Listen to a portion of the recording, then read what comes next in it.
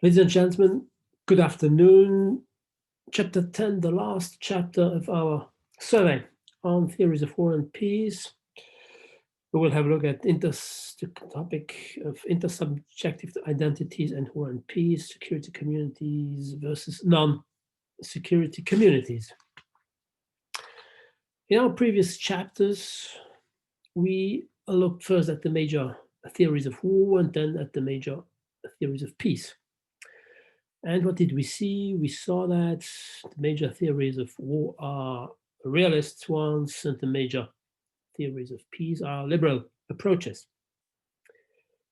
Realists indeed consider international politics to be committed in a never-ending state of war. Wars regularly break out, recurrently break out, though they acknowledge the possibility of stability. They do not use the term peace. Stability, temporary stability is possible.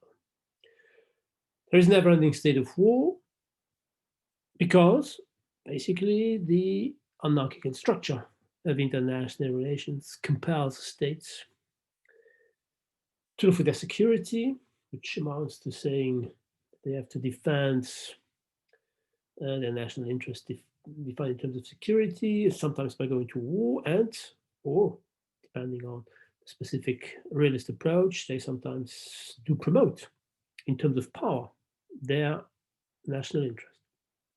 Offensive realist. Sometimes stability is possible,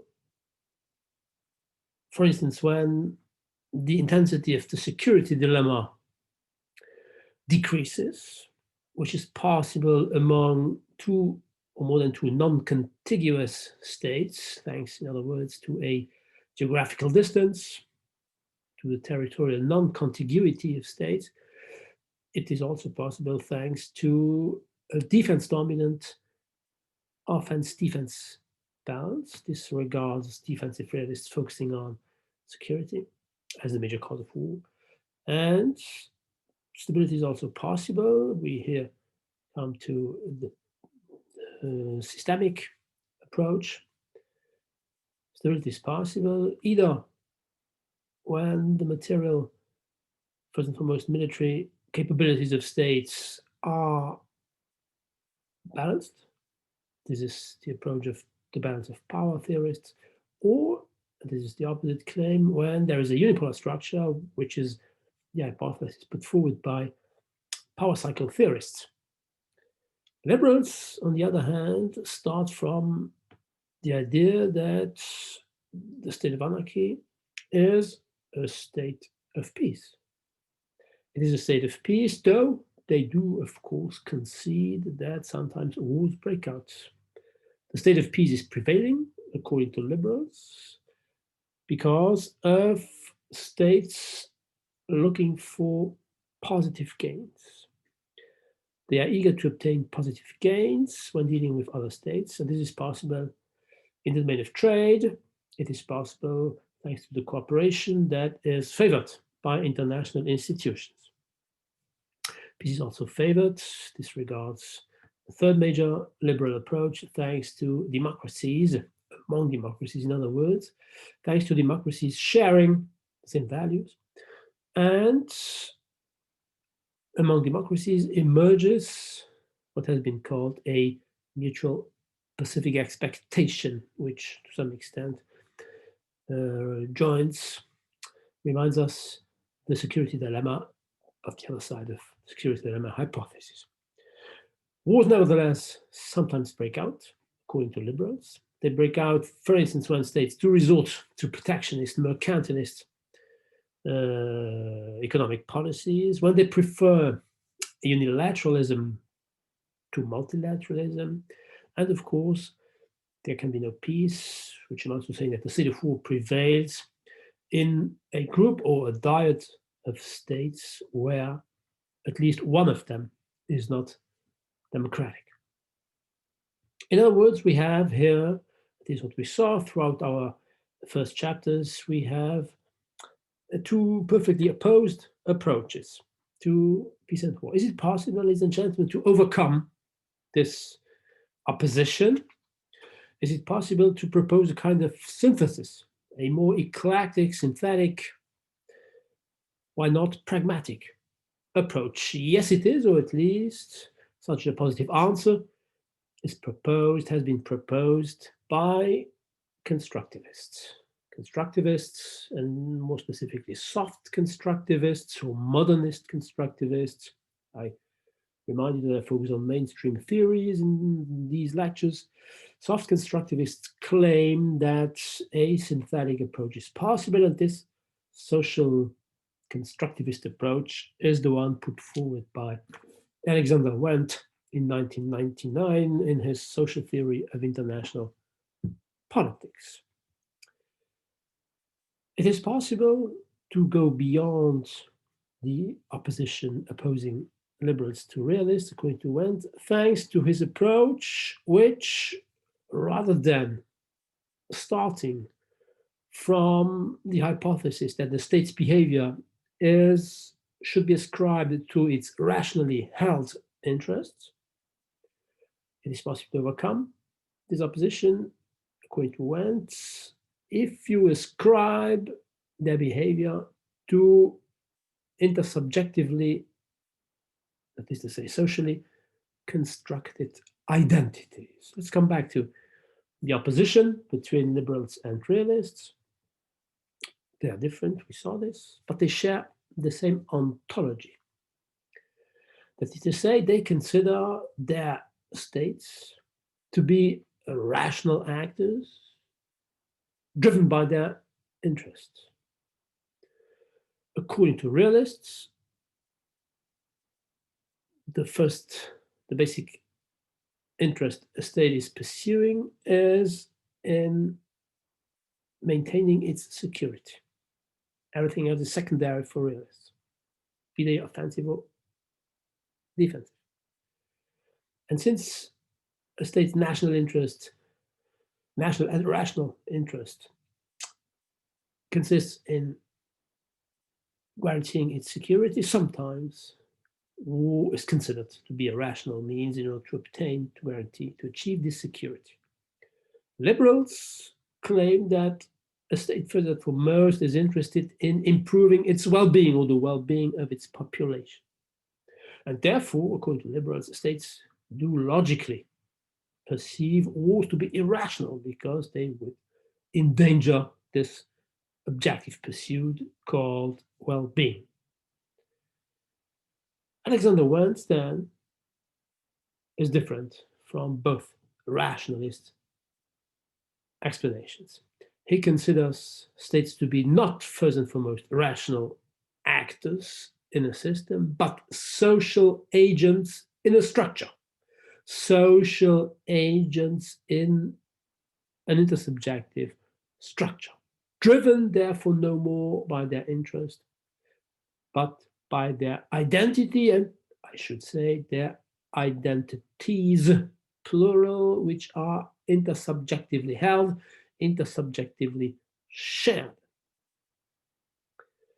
And since a state's identity is likely to change, to evolve according to the different social interactions that a state is likely to have with other different states in also different contexts, space and time contexts, a state is likely to behave either to adopt either a warlike behavior or a peace-prone behavior. To put it differently, by referring to identities, plural identities, Wendt is able to put forward a synthetic approach to war and peace.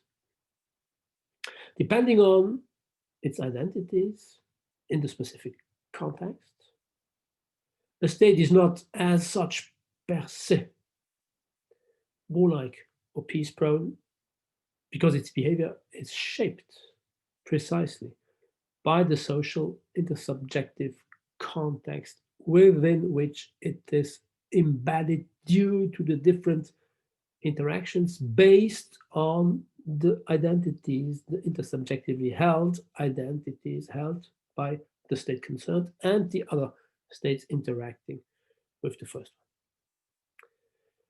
Let's look at Alexander Wendt's social theory of international politics. Social theory of international politics, of course, is a direct allusion to theory of international politics, that is to say, the book published 20 years earlier, 1979, by Kenneth Waltz. And the aim pursued logically by Alexander Wendt is to propose an alternative theory of international politics, alternative to the then prevailing neo-realist approach to international politics. Of course, if you are interested in proposing an alternative theory to somebody else, you must share the same starting point, otherwise it will be a dialogue of the deaf.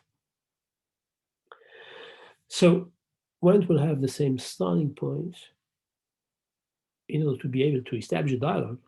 He takes Waltz seriously, in other words, to better overcome the substantive claims made by Kenneth Waltz.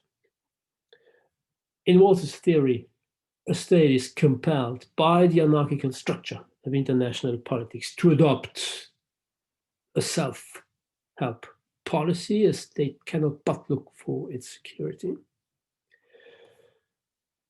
And logically then, Alexander Wendt will claim that other behaviors than self-help policies are possible. Anarchy, according to Wendt, does not compel states to look for security. Anarchy actually is what states make of it. Anarchy is what states make of it. This is the title of the article that Alexander Wendt had published in 1992, that is to say 7 years before publishing the book. It is somehow an anticipation, a summary of what will be the book that was to be published 7 years later. And logically, if anarchy is what states make of it, anarchy, by definition, will be different than a never-ending state of war, as implicitly claimed or posited by Kenneth Waltz and realists in general, be they neo or classical realists, be they offensive or defensive realists. If then peace is possible, if then a behavior other than the self-help policy is possible, then logically the theory is likely to propose a synthesis somehow compatible with either or with both realist and liberal theories of international politics in general, of war and peace more specifically, everything depending on the context within which states are embedded. So the starting point, as I already mentioned, of Alexander Wendt is to take Waltz seriously and to go beyond, to better emphasize what he considers to be Waltz's shortcomings, the flaws of Kenneth Waltz's theory. So the starting point is indeed the same. Listen to Alexander Wendt. No one denies, page 113, no one denies that states act on the basis of their perceived interests. And few would deny, he makes an allusion to realists, few would deny that those interests are often egoistic. Pretty often states act egoistically, define egoistically their national interest, which guides their foreign policy behavior. So few would deny that. I certainly do not, I go on quoting Alexander Wendt, I certainly do not deny that states do behave egoistically.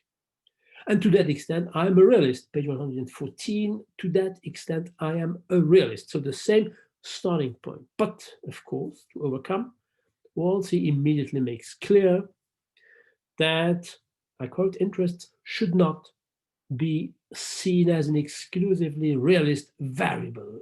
Interests are not what realists claim they are. Why? Well, because a state's interest, national interest, perceived interest, according to Alexander Wendt, is not defined on the basis of the material distribution of economic and military capabilities as implicitly or explicitly posited by realists. Interests are rather defined on the basis of the particular meanings that states attach to these economic resources and to these military capabilities, capacities. The example he gives is US dealing with Canada and US dealing with Cuba. Materially speaking, US is a superpower both in its relation with Canada and in its relation with Cuba. Cuba in the Cold War, the book was published in 1999, but of course the context that shaped Alexander Wendt's theory was the context of the Cold War and the immediate post-Cold War order. So materially speaking, the US is superior both when perceived by Canada and when perceived by Cuba. Cuba and Canada, to some extent, are middle powers, materially speaking, when compared to the superpower US. The meaning, however, the meaning that Canada on one hand and Cuba on the other hand attach, give to America's huge economic and above all military capacities, this meaning is absolutely different. US, I quote, US military power means one thing to Canada, another to Cuba. And the other example, 500 British nuclear weapons are less threatening to the US than 5 North Korean nuclear bombs. Materially speaking, a realist would have to say that the US is more afraid by Great Britain's 500 nuclear warheads than by North Korea's 5 nuclear bombs. This, however, is not the case according to Alexander Wendt, because the meaning given to these 500 versus 5 nuclear warheads, this meaning is absolutely different. And we can also give, and this is what Wendt himself is doing, an example permitting to better understand by taking this example in everyday life, or in what could be everyday social life. A gun in the hand of a policeman is not the same thing as a gun in the hand of a gangster or a terrorist, because the social meaning attached to the two situations is absolutely different. We should not be, all else being equal, we should not be scared by seeing a policeman having a gun, because this gun is supposed to protect us. The monopoly of physical violence held by the state, etc. A gun in the hand of a gangster or of a terrorist has another meaning. We will not feel comfortable when meeting such a gangster or such a terrorist.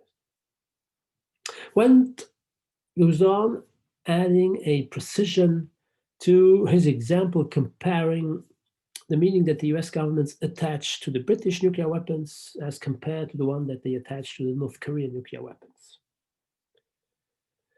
If British nuclear weapons, 500, do not raise any fear in the mind of American statesmen, if they are not perceived to be threatening, it is because Great Britain, I quote, and the US are friends.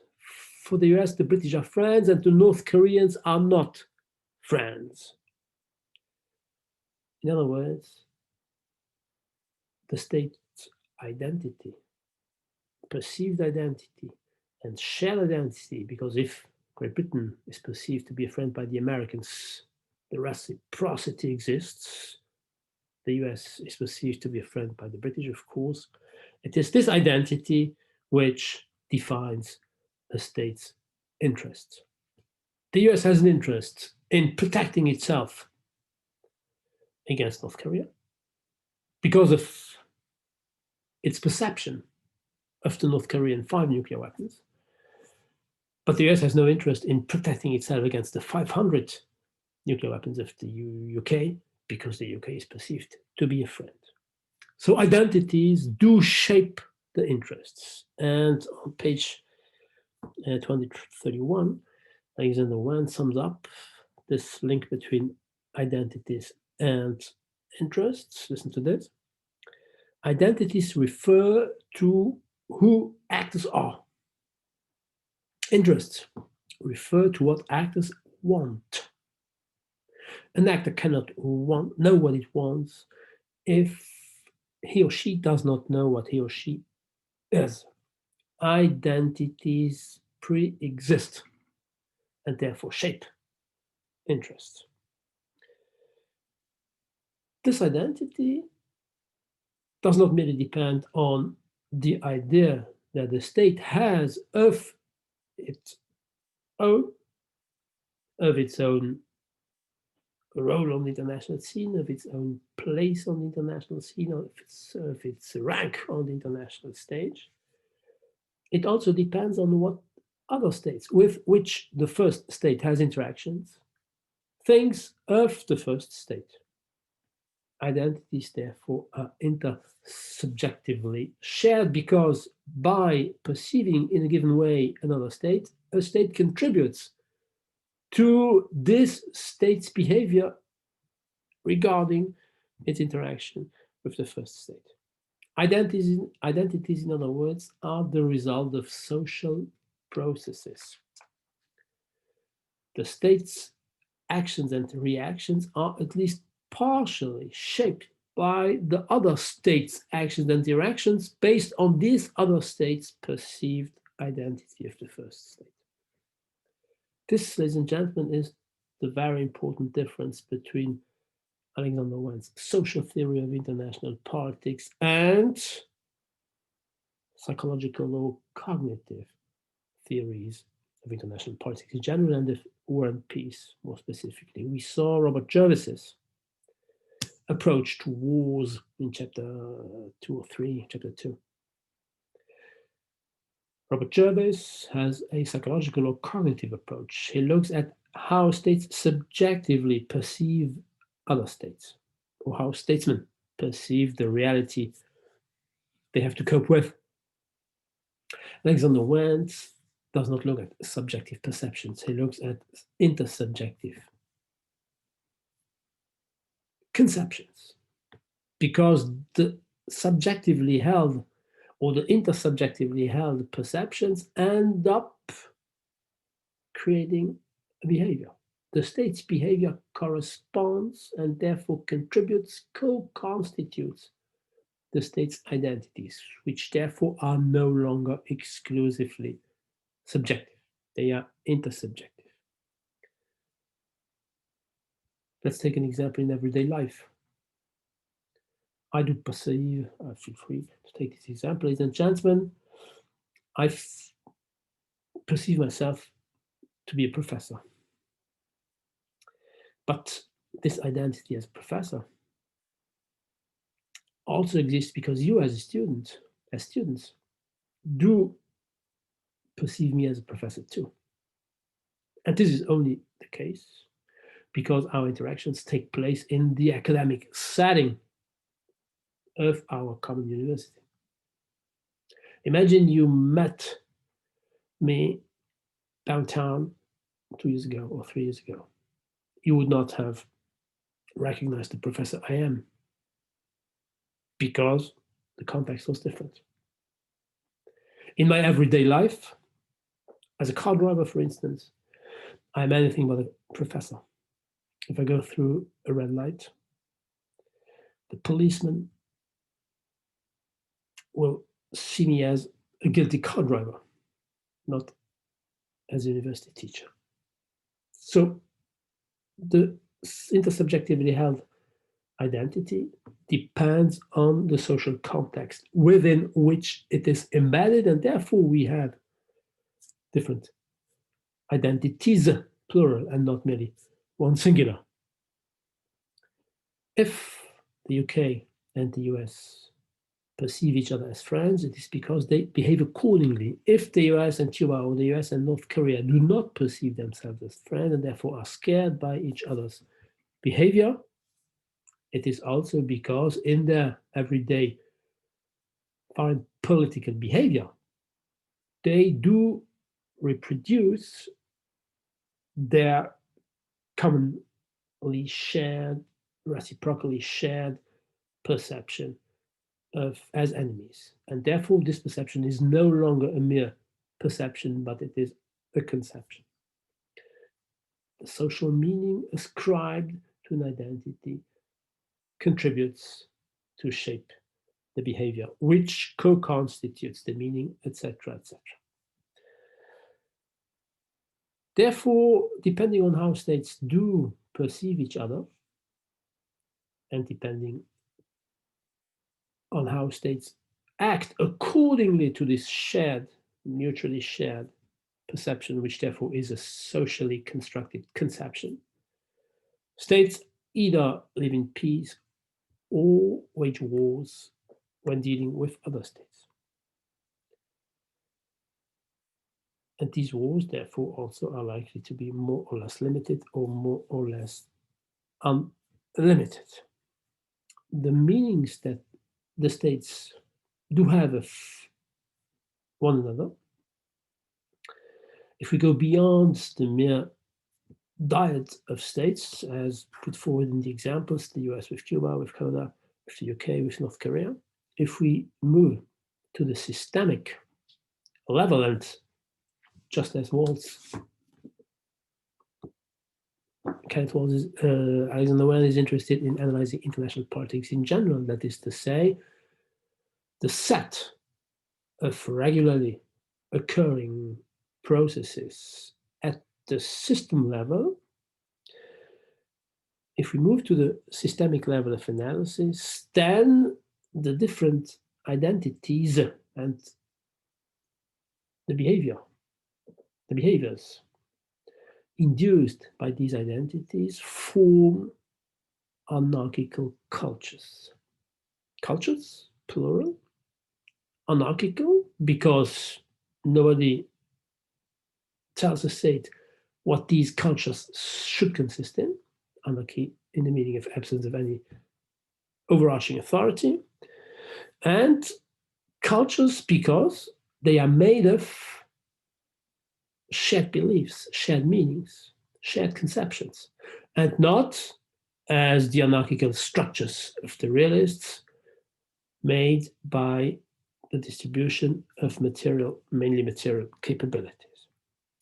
So there are anarchical structures which are anarchical cultures, and according to Alexander Wendt, we should distinguish three different anarchical cultures, given his aim to refute, to reject Kenneth Waltz's equivalence between anarchy and self-help behavior and state of war. In Alexander Wendt's approach, there are three types of anarchy, which he calls, according to his reading of past philosophers' interpretations of international politics. The first culture is called the Hobbesian culture, the Hobbesian anarchy, which exists even as long as states, but also non-state actors. So he focuses on states. Also is interested in studying international politics, traditionally defined as interactions among nation states today, among politically independent units. The Hobbesian culture exists even as long as states do conceive of each other and act accordingly as enemies. Hobbesian culture, enemies. The second type is the Lockean culture. John Locke's reading of international politics in his treatise on civil government. The Lockean culture exists if and prevails if and as long as the states do recognize each other and act accordingly as rivals, enemies, rivals. And the third type is the Kantian anarchy, Immanuel Kant's Perpetual Peace, sketch. Kantian anarchy, according to Alexander Wendt, prevails if and as long as the states perceive each other and act accordingly as friends, enemies, rivals, friends. And according to Alexander Wendt, these three sets of beliefs are likely to be internalized by the different states concerned to three different degrees. That is to say, they internalize these beliefs and their behavior is more or less, I would say, normal, perceived to be normal, internalized to be normal, more or less. A culture can be internalized to the first degree. That is to say, states can act according to a set of shared beliefs. To the first degree, they can act according to these beliefs because they somehow feel forced to do so. They feel forced to do so because there are stronger states who incite them to do so, who, in other words, do threaten to sanction them if they do not behave accordingly. And then an international culture, an anarchical culture, can be internalized to the second degree. To the second degree, when states end up understanding that it is in their interest to do so. They no longer feel compelled, but they are smart enough to understand that if they behave the way they should, well, they will have some profits, some benefits from behaving this way. Internalized to the second degree. And last but not least, an anarchical culture. I will give you, concrete examples, of course. An anarchical culture is likely to be internalized to the third degree. This is the case when states do not even conceive of the possibility of acting differently from the beliefs that they have internalized. The normal behavior in this case is spontaneous, automatic. A very concrete example from everyday life, ladies and gentlemen. Since constructivism, social constructivism is a social theory. That is to say, when we compare it to liberalism or to realism, it is not a substantive theory. It is a social theory which is likely to be applied to our domain, international politics, but it is also likely to be applied to the non-international domains. So we can apply it to everyday social life, just as the example of the professor, the car driver. I come back to the car driver. When you arrive with your car at a red light, ladies and gentlemen, what do? You stop your car when the light is red. Why do you do that? You may do it because you are afraid of being punished by a policeman if he gives you a fine because you went through the red light. So you do stop your car, but because you feel compelled to do so, not to be punished. So in this case, you would have internalized the behavior, stop your car when arriving at the red light. You would internalize this behavior to the first degree. But you also, to some extent, may have stopped your car because of a possible car crash in the case of another car arriving at the same time at the crossroads. In this case, you do act according to the norm, stop your car when arriving at the red light, because of your interest to do so, since a car crash would cost you a lot of money to repair your car. That said, ladies and gentlemen, normally when you arrive at a red light, you do not even think of the possibility of policemen punishing you. You do not either think of the possibility of a car crash. You just stop your car because you have internalized as normal behavior the fact not to go through the red light in the case you arrive at the red light rather than a green one. It's the same for the state's behavior. They can behave the way they do, and I will give you concrete examples, because they have internalized either the Hobbesian or the Lockean.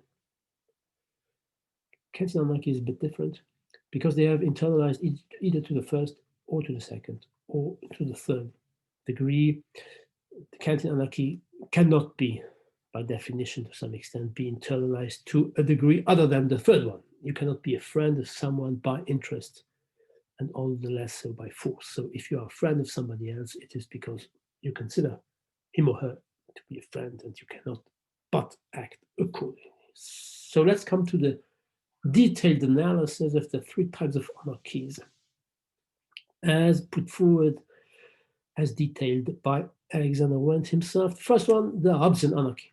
The Hobbesian anarchy exists if and as long as a state or independent units, because to some extent, in his approach, there were no states, strictly speaking. There were only independent entities when the Hobbesian anarchy was prevailing. So the Hobbesian anarchy prevails if and when political units perceive themselves and act accordingly as enemies.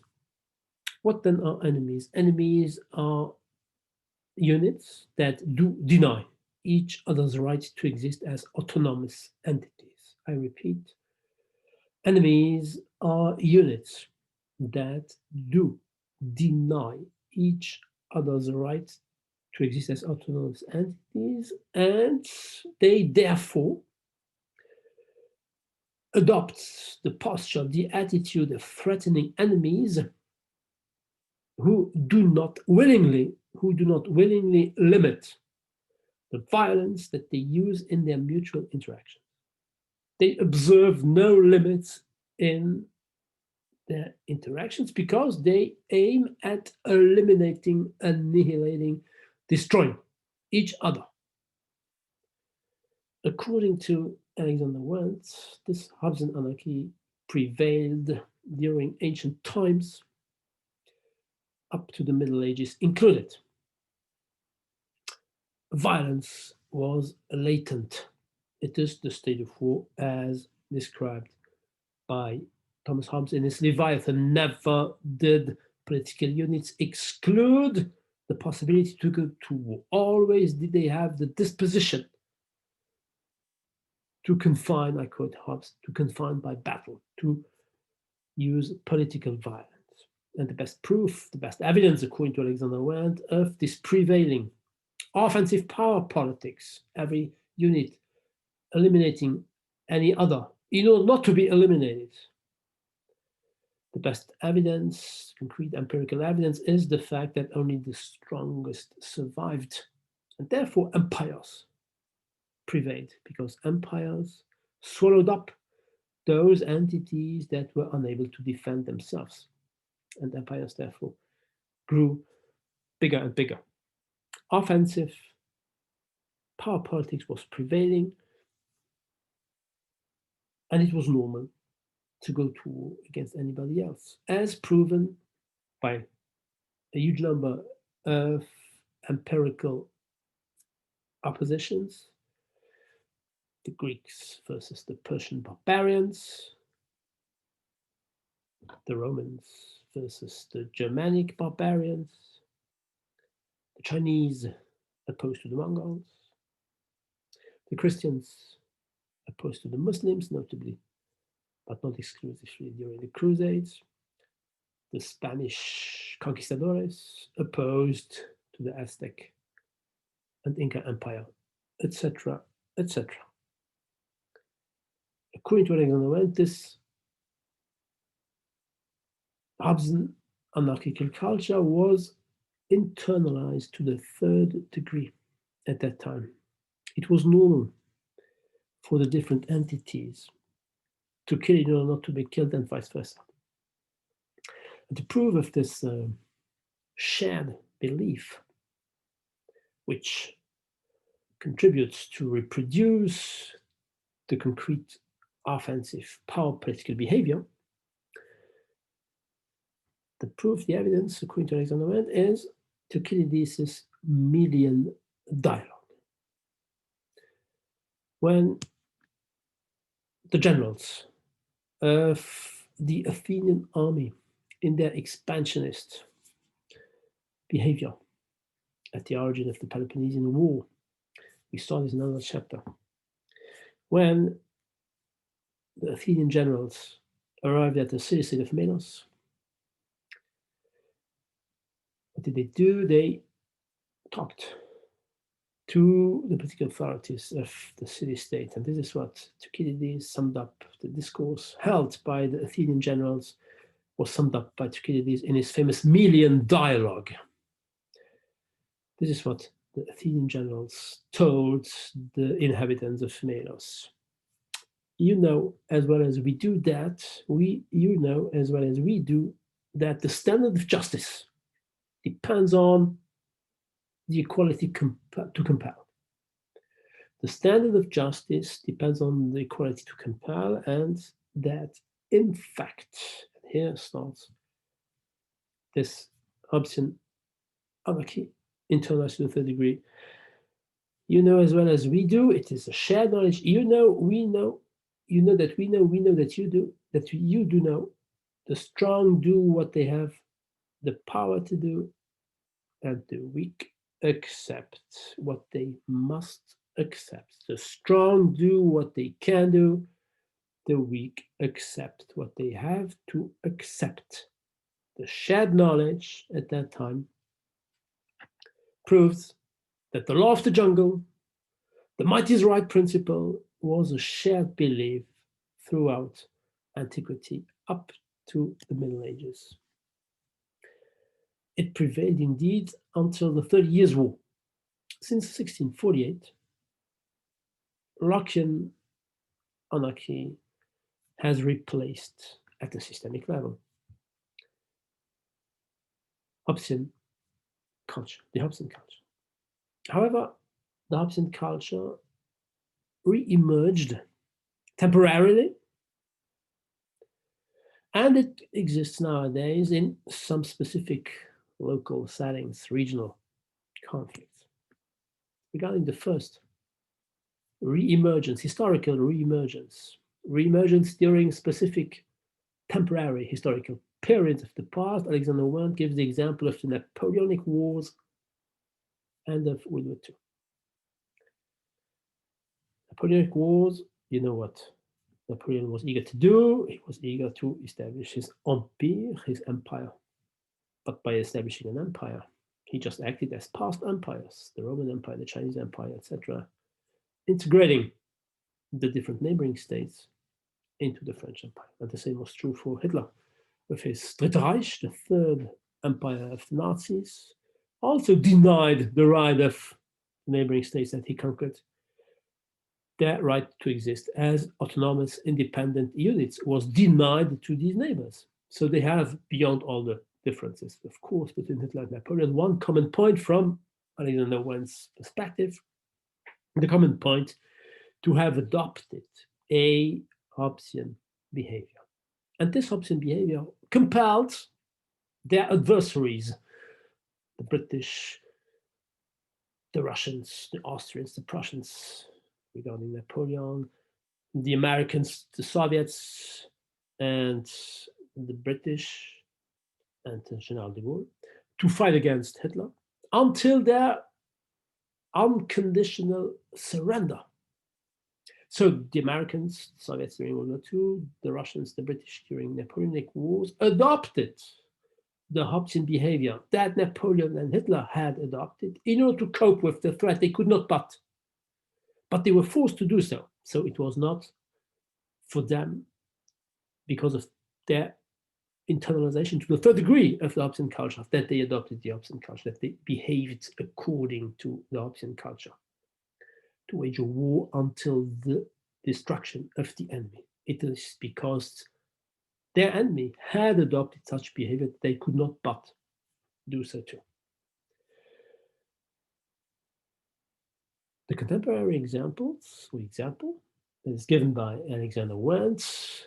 The Hobbesian anarchy still exists nowadays in some very specific local conflicts. The example that he gives, of course, is the Israeli Arab-Palestinian conflict.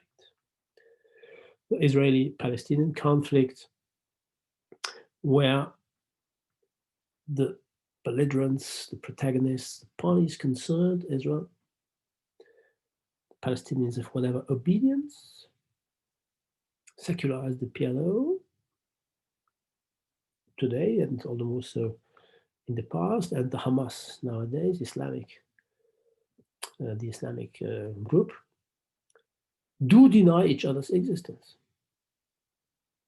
And according to Alexander Wendt, this Hobbesian anarchy shared by the Israelis, by the Palestinians, is internalized by both of them to the third degree.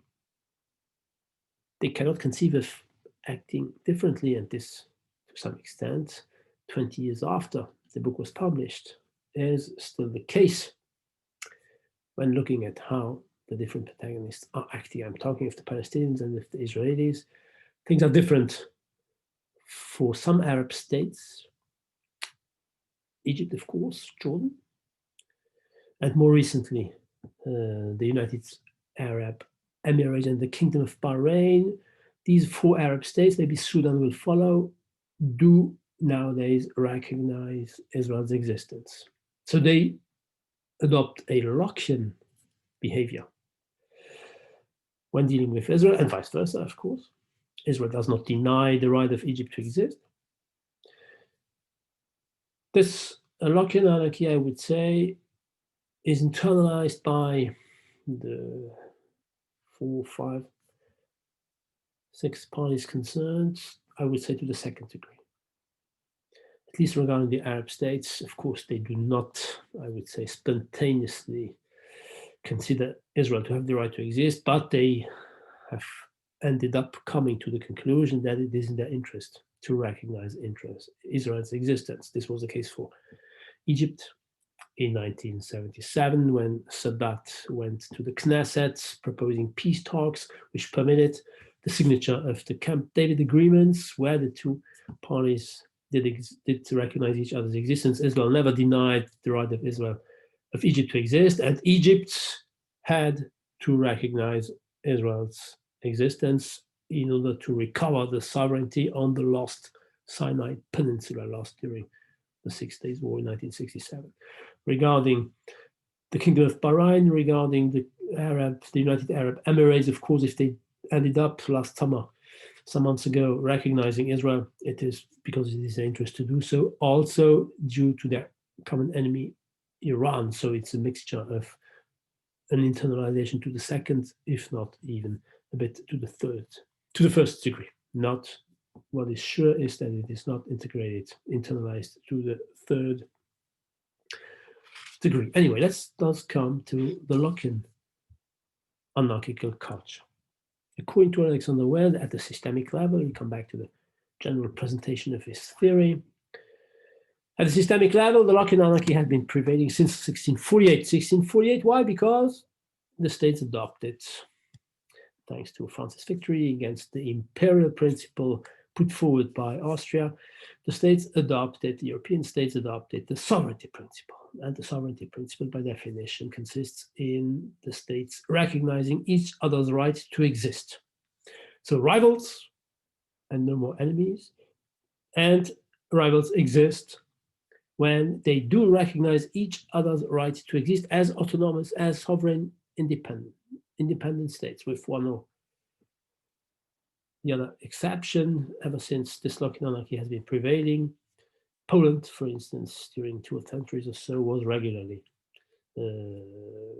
divided among its powerful neighbors. So it's the exception, Prussia, Russia, and Austria. It's the exception that confirms the rule of states recognizing each other. This does not mean that peace is prevailing. It merely means that if wars break out, because wars can break out among rivals, if wars break out, they remain limited. They are not, these wars, aiming at putting an end to the other one's existence. So Lockean relations are not completely peaceful.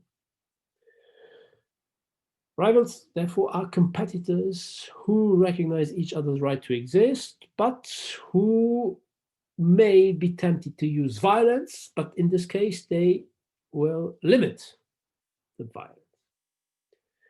Lockean anarchy, because in Locke's conception of the state of nature, Locke distinguished 4 characteristics of any man in the state of nature. A man was characterized by his freedom, by his life, by his health, and by his possessions. So,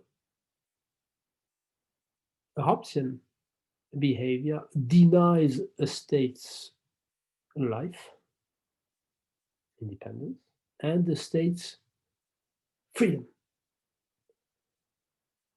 A Lockean merely attacks a state's health and the state's possessions. Let's take a very concrete example, ladies and gentlemen.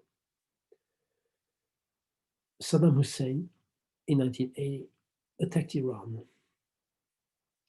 What did he want to do? He wanted to change the border along the Shatt al-Arab River, separating Iraq from Iran. He wanted, we saw this in another chapter, to profit from the civil domestic troubles in Iran following the Islamic Revolution.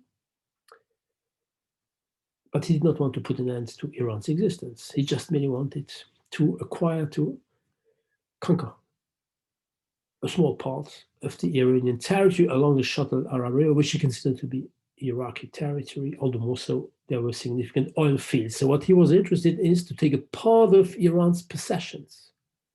He attacked Iran's health because by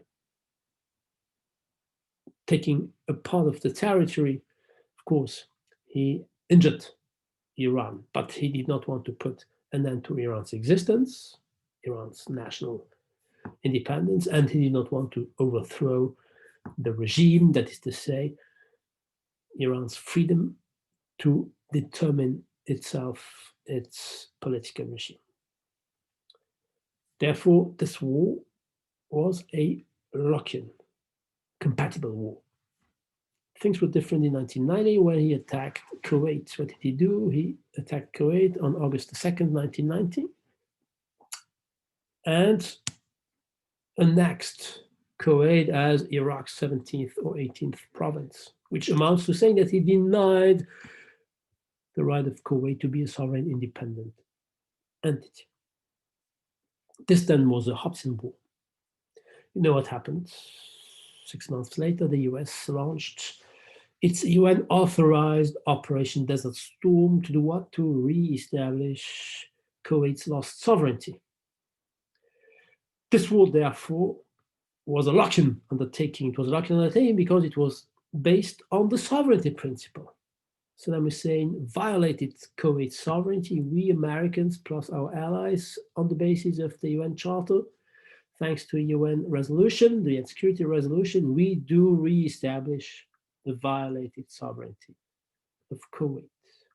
So a war waged in order to defend the basic principle of the Lockean anarchical culture, the sovereignty principle.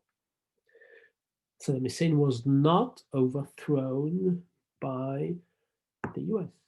This happened 12 years later in 2003 during George Walker Bush's, George Bush Jr.'s attack against Saddam Hussein, Operation Iraqi Freedom, Iraq's national independence.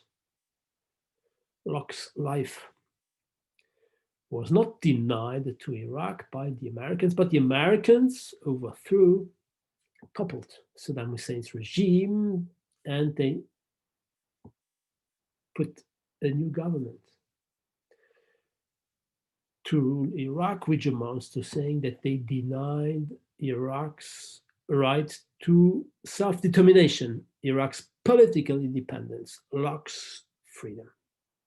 Therefore, this undertaking was much closer to a Hobbesian undertaking, all the more so it was undertaken unilaterally without the UN Security Council, that is to say, without respecting those norms which consolidate the basic sovereignty principle, basic because at the core of the Lockean anarchical culture, according to Alexander Wendt's typology.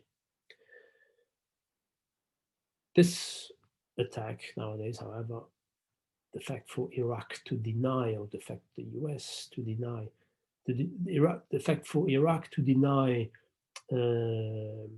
Kuwait's independence, and the fact for George W. Bush in 2003 to deny Iraq's right to determine its political regime are exceptions to the general Lockean rule, which, according to Alexander Wendt, is internalized to the third degree.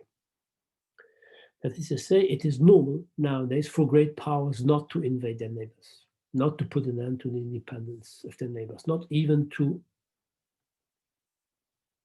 interfere in their domestic affairs, though things may have changed ever since this book was written in 1999. We'll come back to this. The Lockean anarchy in general is internalized to the third degree, regarding at least the respect of national sovereignty, of national independence of states. Alexander Wendt gives the example of the Bahamas, very small states, that the US does not invade. Listen to this. The Bahamas have a right to life and liberty that the US would not even think of violating, that the US would not even think of violating. The US has internalized sovereignty norms deeply, just as any other major power. To put it differently, the Lockean anarchy is internalized to the third degree. The US does not stop short from invading Bahamas after a rational cost advantage calculation. We have an interest or not in invading it. And all the less so, the US does not invade Bahamas because another power prevents it from doing so. Nobody could prevent, and all the less so punish, the US if ever the US decided to invade the Bahamas. Just the Bahamas have a right to live, I quote Wendt, because the US does not even think of violating its right to be an autonomous entity, an independent entity. Even Trump, 2 years ago, when considering the possibility of buying Greenland, did not think of invading Greenland, and in this case, therefore, Denmark. He considered that, yes, Greenland was a normal part of Danish sovereignty. So today, in today's world, most of the time, Lockean anarchy is prevailing, and therefore peace is prevailing. Is it possible to go beyond this Lockean anarchy? Is it possible to go beyond this somehow unconscious peace which exists because we do not think that we could act differently? According to Wendt, yes, it is possible to go further towards a more consolidated peace. That is to say, it is possible for the Lockean anarchy to gradually be replaced by the third type of anarchical culture, the Kantian anarchy. The Kantian anarchy prevails if and as long as, or will prevail, when states will perceive each other as friends. No more rivals, also less so enemies, but friends. And according to Alexander Wendt, the contemporary international system, which is Lockean, will, in the future, have more and more Kantian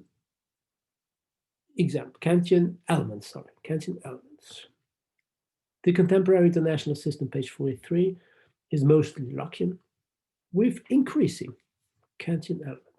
That is to say, more and more states, increasing, do perceive each other and act accordingly as friends. What then does friendship consist in international politics, according to the framework of Alexander Wendt? Friends first do make up a security community jointly, and they also jointly form a collective security system.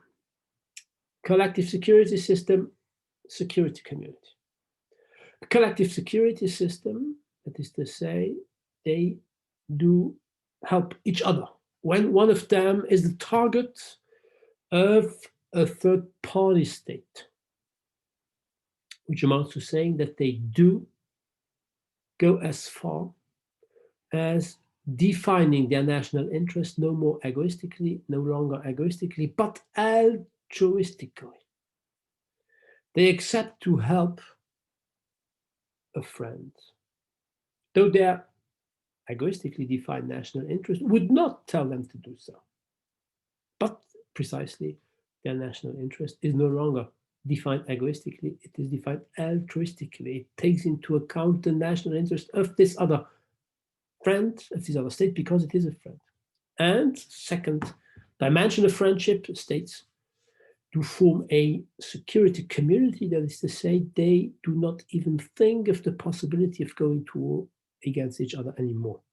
They have internalized the idea that their conflicts in the neutral meaning of different divergent interests, divergent aspirations, they have internalized the idea, the belief, the conviction, and act accordingly that these conflicts can be resolved peacefully. That is to say, by resorting to non-violent means. According to Alexander Wendt, there is one example in today's international system of a regional Kantian anarchy, the North Atlantic Treaty Organization.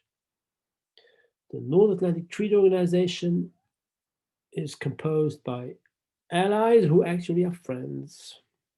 They do not even conceive of the possibility of going to war against each other. And they work as a team, I quote page 258, they work as a team against security threats, by definition, emanating from third-party states.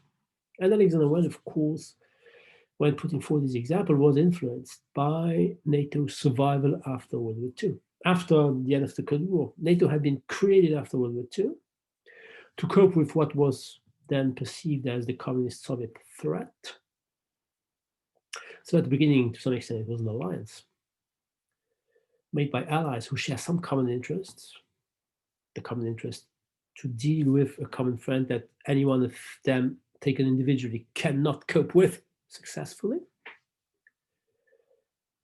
But the fact that NATO survived once the Warsaw Pact and once the USSR collapsed after the end of the Cold War tends to prove, according to Alexander Wendt, that there was more than merely this perception of a common enemy. There was friendship, there was shared identity, there was a shared feeling.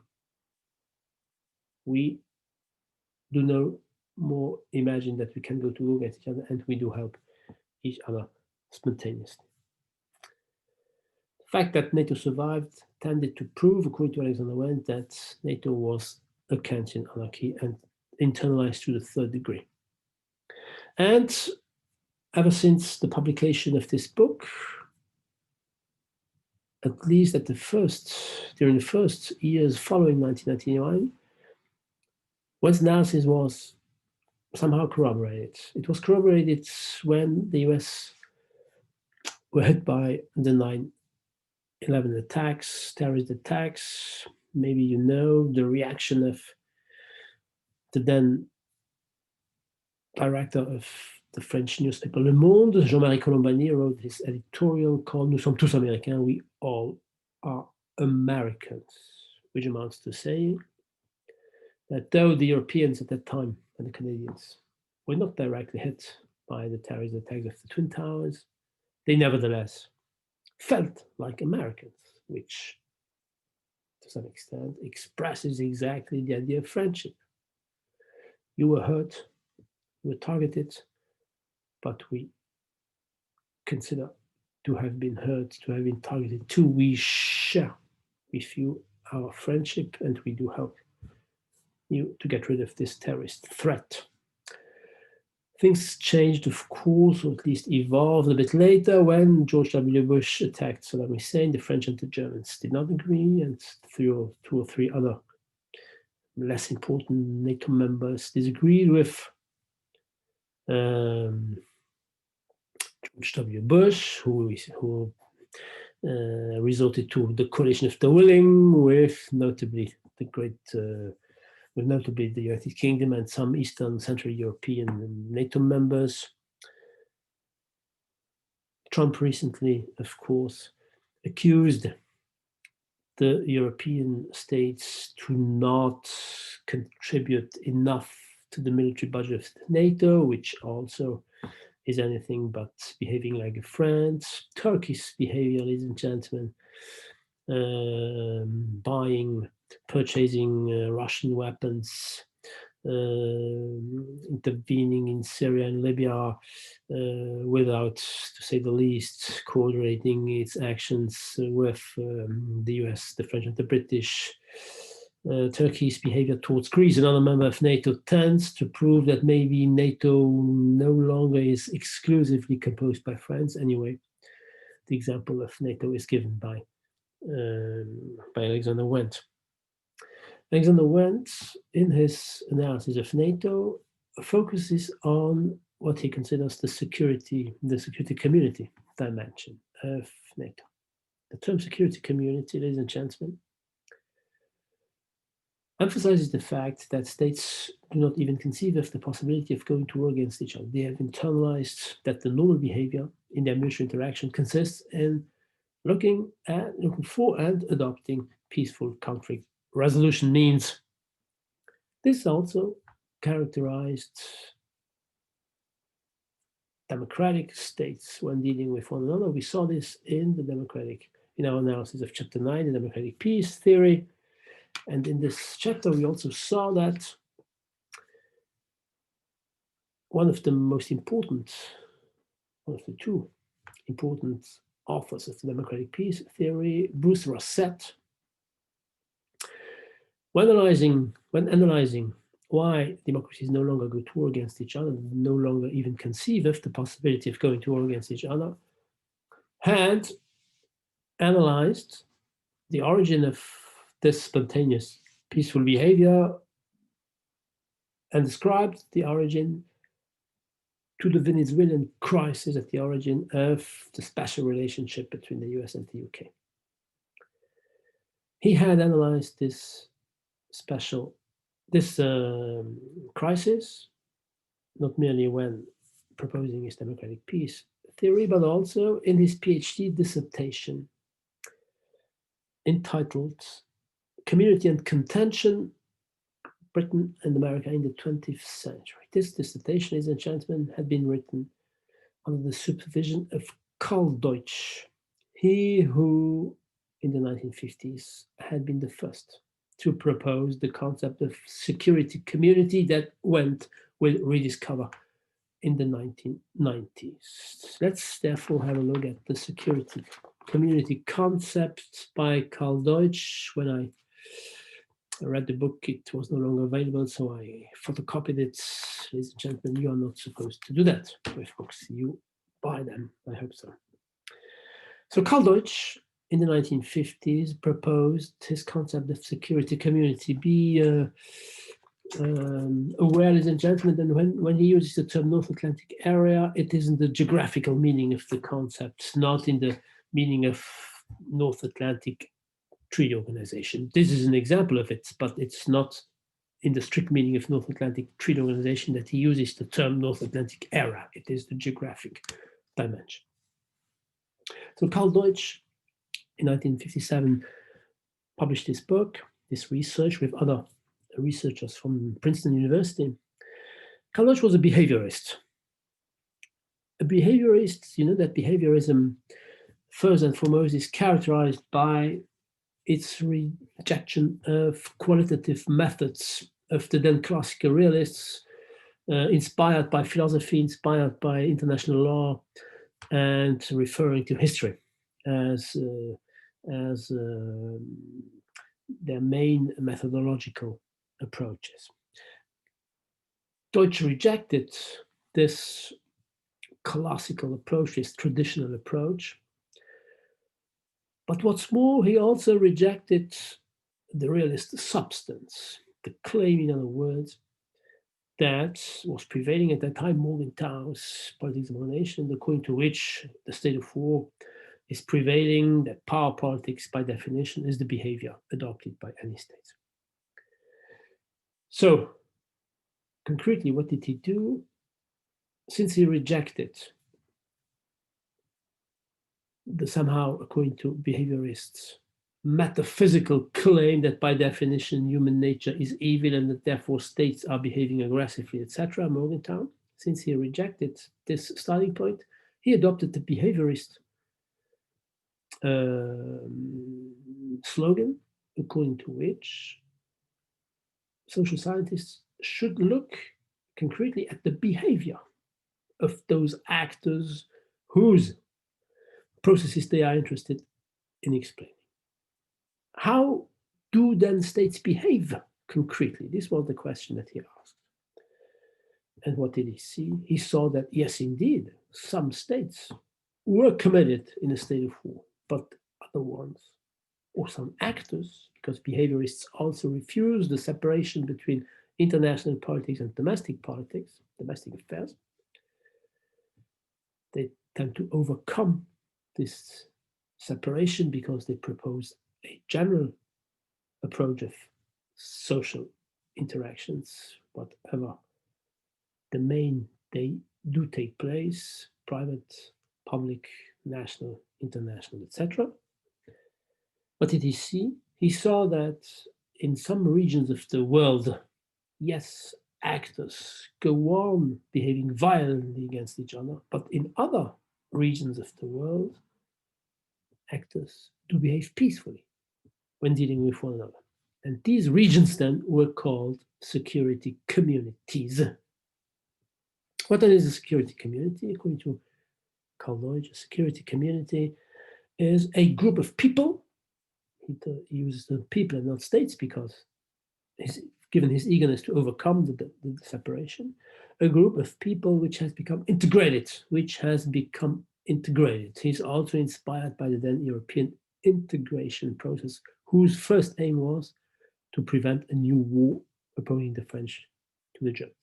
A group of people which has become integrated. What then does integration mean? Integration means the attainment within a territory that can concern one state, within the territory of one state, or within a territory encompassing more than one state, the attainment within a territory of a sense of community widespread enough, strong enough to do what? To guarantee dependable expectations of peaceful change. To guarantee dependable expectations of peaceful change among its populations. Peaceful change, that is to say, the populations living in these territories have internalized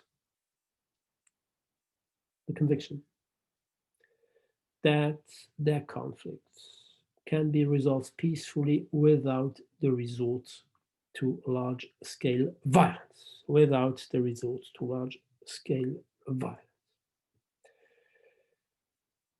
Karl Deutsch claimed that such security communities can either exist among states or within states, just as the state of war or violence can exist among states, but also within states. This gives you an idea of his challenge to the then discipline of international relations, which was dominated by the realists, positing the radical difference between domestic politics, where there is an authority, central authority, holding the monopoly of legitimate physical violence, and international affairs, anarchical because no such authority is existing.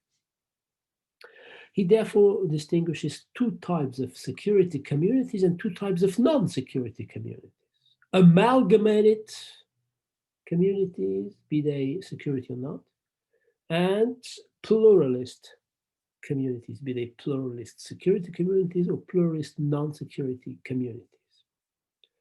And he gives concrete examples which will permit us immediately to better understand what he is talking about. The Cold War, according to him, the Soviet-American relationship was an example of a pluralist non-security community. Pluralist because two independent states, the US and the USSR.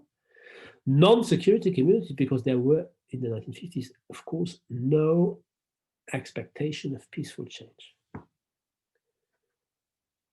Then he gives an example of an amalgamated, we could call a centralized, a unitary, a domestic, non-security community, the US during the War of Secession, during the Civil War, 1861-1865. There was no dependable expectation of peaceful change between the slavery states of the South and the northern US states favorable to Lincoln's government and to Lincoln's decision to abolish slavery. You know that last week, 2 weeks ago, the presidential election in the US opposing Trump to Biden is about to once again create very significant differences within the American society, between two conceptions of this American society. And maybe we will go towards, once again, a very polarized American society. But up to now, we cannot come to the conclusion that no more such a security community is existing, because the example that Karl Deutsch, of course, gives of an amalgamated security community is the US after and up to nowadays, after the War of Secession, up to nowadays.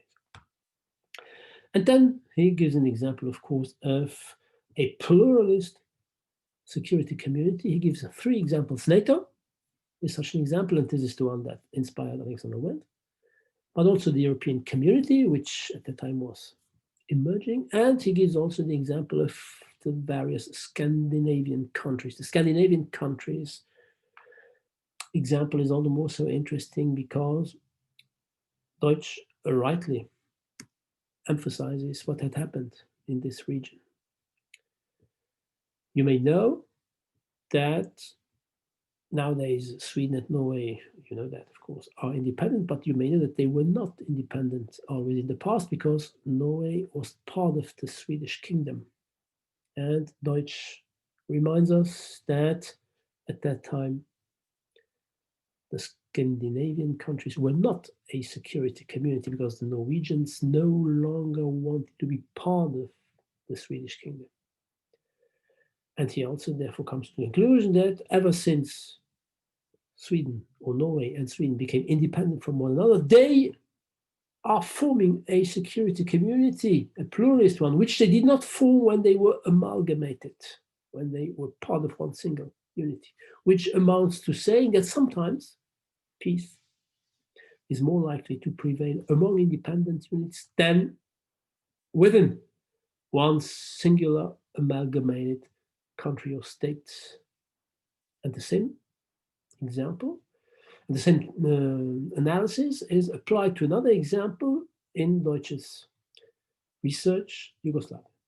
In 1957, he said, page 16, we feel that Yugoslavia may or may not be integrated in the strong meaning of a sense of community, a sense of we feeling, synonymous with guaranteed expectations of peaceful change. This may be the case or not in Yugoslavia. And 30 years later, a bit more than 30 years later, in the 1990s, the very beginning of the 1990s, he was proven wrong. He was proven right.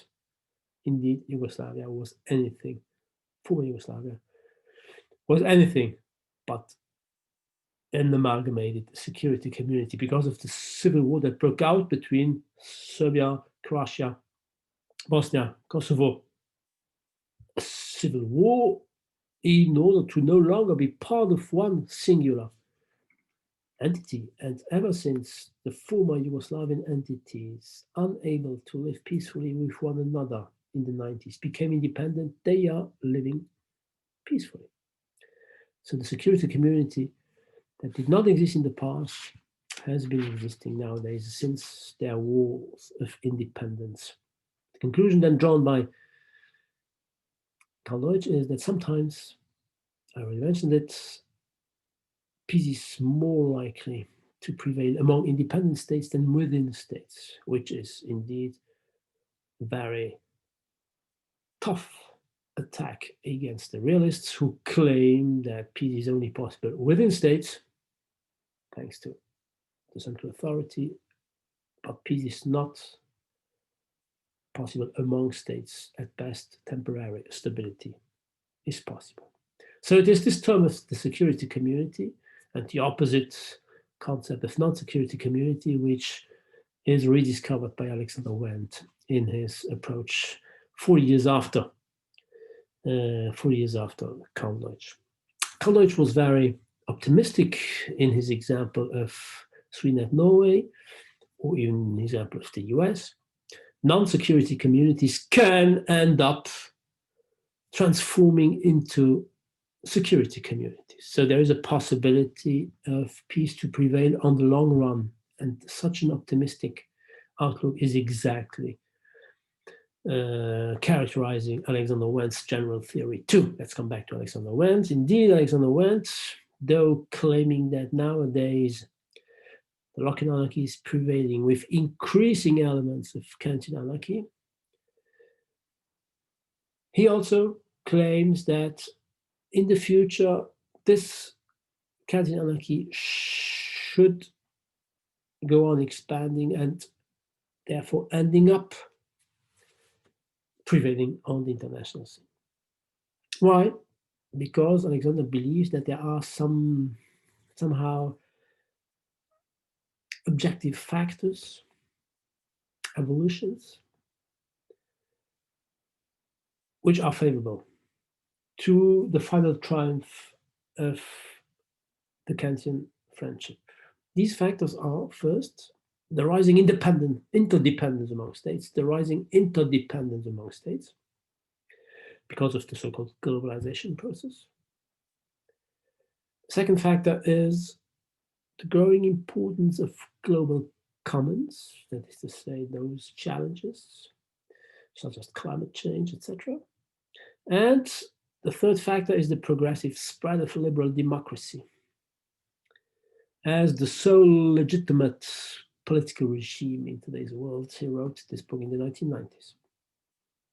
According to Alexander, these objective trends, tendencies should incite states, but to some extent will end up inciting states to adopt a self-restraint behavior, to no longer egoistically, which amounts to saying that they should be incited to behave altruistically, thus favoring Kantian anarchy. Why should they be incited to behave altruistically? Because of the interdependence, which, of course, will make them come to the conclusion that they cannot flourish, prosper at the expense of other states. This somehow comes close to the liberal interdependence theory. They also will come to the conclusion that they cannot cope with the global problems, the global commons alone, so they need other states' cooperation, if not help. This refers to our chapter 8, Peace Through Institutions, Through Cooperation. And last but not least, since they share the same democratic regime, which is the only legitimate one, they will work together. Birds of a feather flock together. Since they are like-minded nations, democratic nations, they will all the more so behave peacefully, which comes close to the democratic peace theory. To put it differently, Alexander Wendt ends up joining the liberal optimistic analysis of peace sooner or later prevailing in international politics. By doing so, he somehow contradicts himself.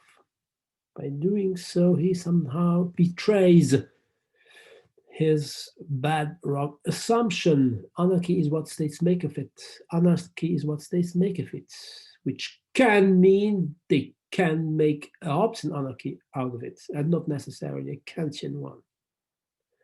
So how can we explain this evolution? Maybe it is explainable by the context.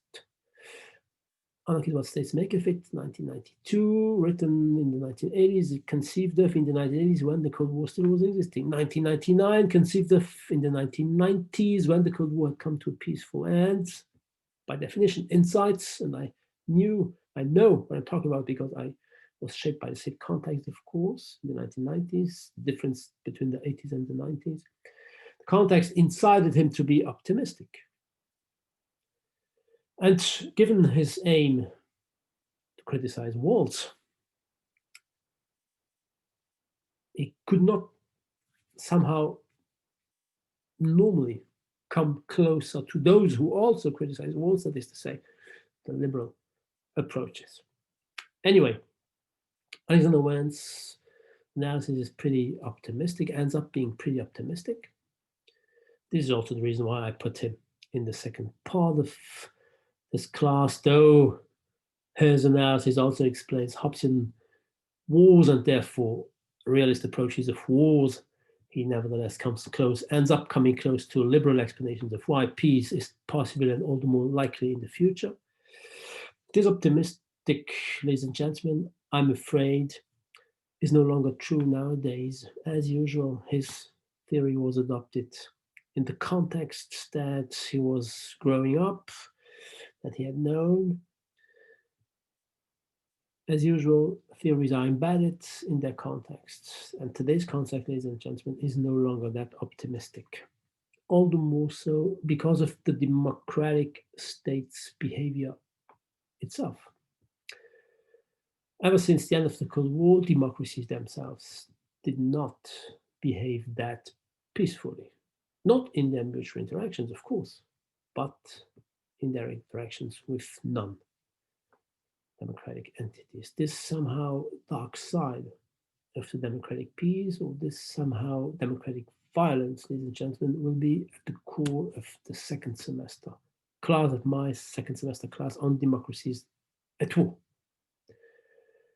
Thank you very much, ladies and gentlemen, for listening to today's class and to all the lectures, the 10 lectures of the Theories of War survey.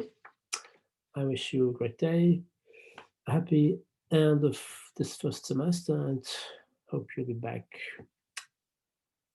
in January for our second course on democracies at war. All the best. Bye.